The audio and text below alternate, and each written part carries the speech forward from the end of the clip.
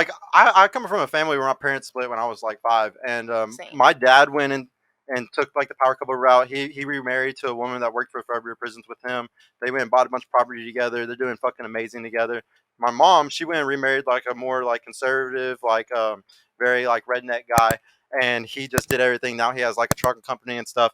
But I saw like the two different routes of like the power couple where like we put all of our money together and we go and buy property, we do all this stuff, and then like my mom being a perfect stay-at-home mother with like the man that only did work.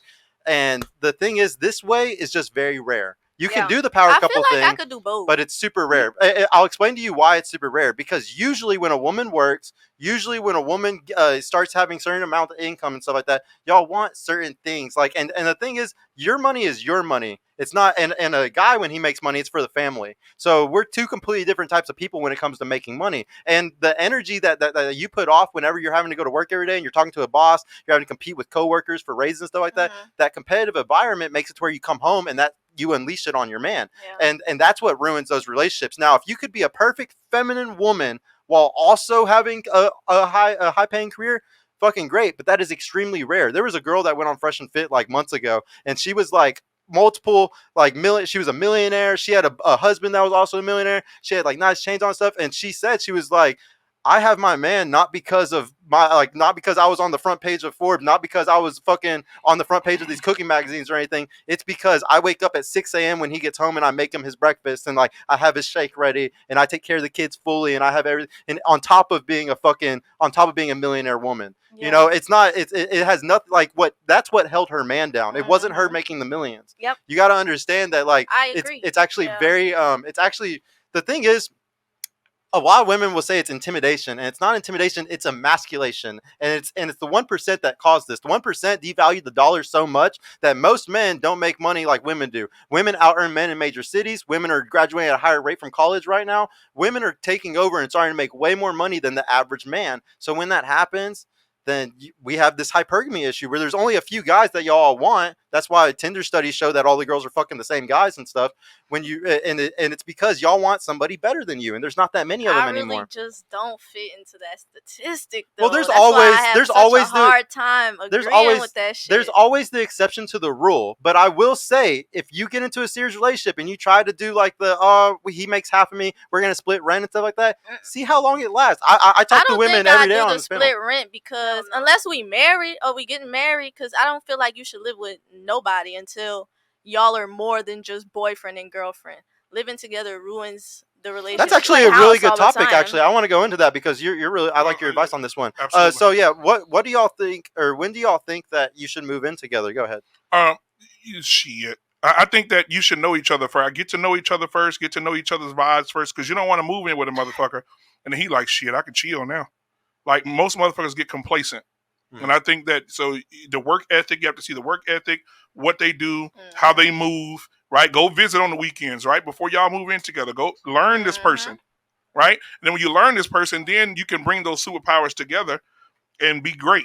But if you just moving right on in, and then you like, babe, what you doing today? You're not going to mow the fucking yard? No, Fortnite. Yeah. You know, then you dealing with something different. So get to know the person first. And that all goes back to just talking to somebody who view the same shit as the way you view it. Talk to people who like the have shit similar that views you as like. You. Yeah. Period. I think that there's some kind of beauty in talking to somebody that likes the things that are opposite to you, though. I think that it kind of brings a different dynamic whenever each person in the relationship likes things that are not what the other person likes. I think it makes it interesting, because honestly, my pet peeve is talking to somebody that likes exactly what I like. Like, get your own personality. Yeah. Don't copy you, right? Yeah, exactly. Yeah. Show me something new. Wait, what was the original question I had asked you? When you should move in together. Oh, yeah. So when do you think? I don't think you should wait until marriage, because that's a little too late. But I think yeah, the sex might be bad, and you're like, fuck, or not the sex, but like they have bad habits. They just have bad habits, and you shouldn't be. Maybe. I say maybe after 5 years. 5 years? Yeah. Shit. Okay. Sheesh. Damn. Fuck. Shit. Well, I am 22. Well, I lived when I'm with 27, someone we for move 5 in together. years, pretty successfully until I guess the last year of it. But we probably waited 6-7 months, almost a year, and it wasn't. I felt that we had boundaries to Mhm. a point until Yeah. shit hits the fan. Shut up, bitch! What about you? I think that okay, so I've only had one serious boyfriend, so I would say that we were off and on for maybe like 5 to 6 years. We didn't really move in with each other until we were like official. So like we talked for a while. Like, I would spend like weekends at his house, you know what I mean? Like I think it's important to spend weekends together and like wake up with somebody and see their habits. Like how do you go about your mornings? How do you go about like getting yourself set for the day? Mhm. I'd want to know that before like committing myself to moving in with somebody. I'd say like 3 to 6 months. 3 to 6 months. Maybe 6 months, like the max, but like it depends on the person. Like if we're doing really, really well and we like each other, I think that 6 months is a completely like reasonable amount of time.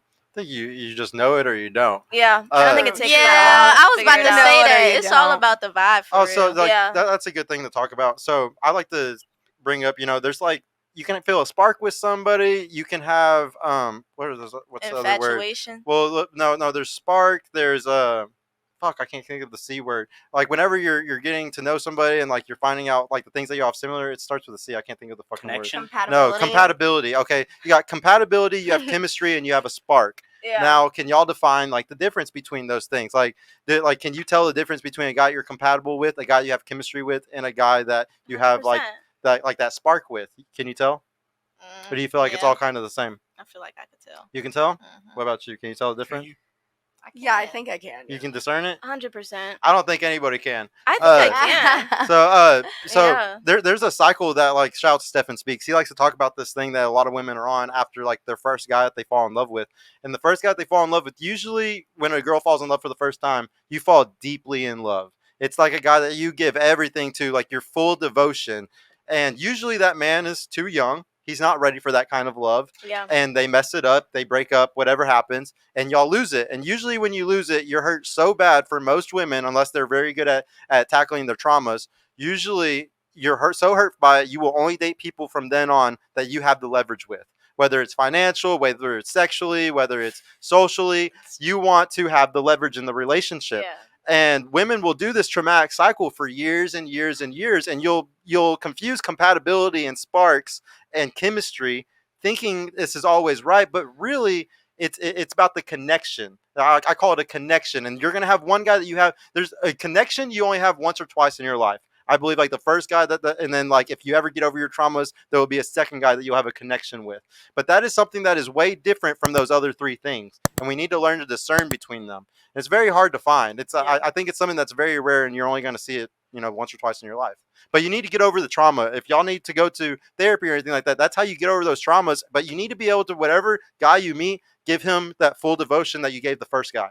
And a lot of women don't do that today. I think that they just get so caught up in like heartbreak that they just kind of jade themselves. Mhm. Especially at a young age, I feel like there shouldn't be as many people that are jaded as there are. Just Yeah. because, like you said, you're so young with your first love. I feel like you're just not seasoned enough to understand what's going on. Yeah. Hey y'all, Sergio here. I just want to mention I've created a completely free guide that shows you exactly how I went from having low confidence and being painfully awkward around women to easily meeting and dating numerous high quality desirable women in real life without the use of any dating apps or social media.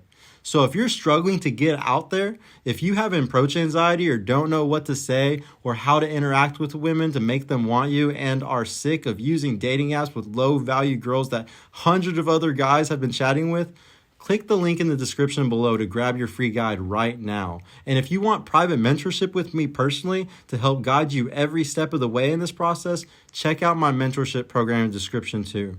I would be happy to help you reach your dating goals and overcome any obstacle you may face. And trust me, if I can do it, you can do it too. I hope to see you soon. Peace out.